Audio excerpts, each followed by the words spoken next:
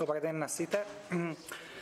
Како што кажавте, темата на денешнава пресконференција е да ви дадеме некои наши согледувања како она што се случува глобално во светот, во автомобилската индустрија и до некаде поконкретно во Европа, што се предвидувањата за идната година и како тоа би можело да влијае на нашето работење овдека во државата.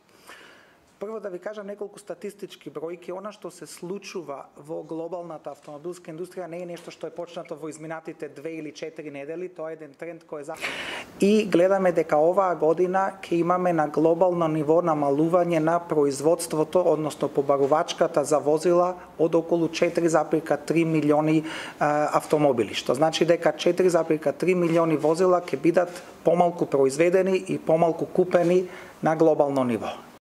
Она што гледаме е дека веќе некои од глобалните производители на возила најавуваат намалување на бројот на вработени и отпуштања.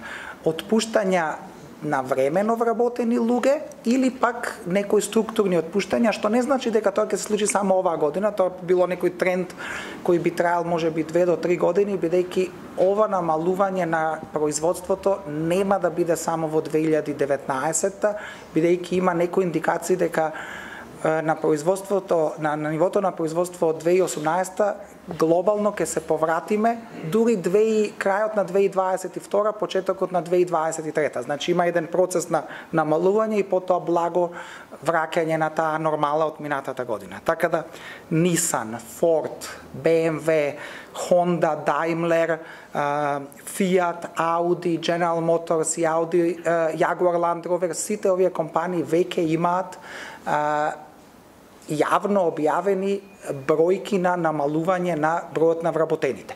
Не значи тоа дека се случува само во Европа. Зборуваме овдека на глобално ниво.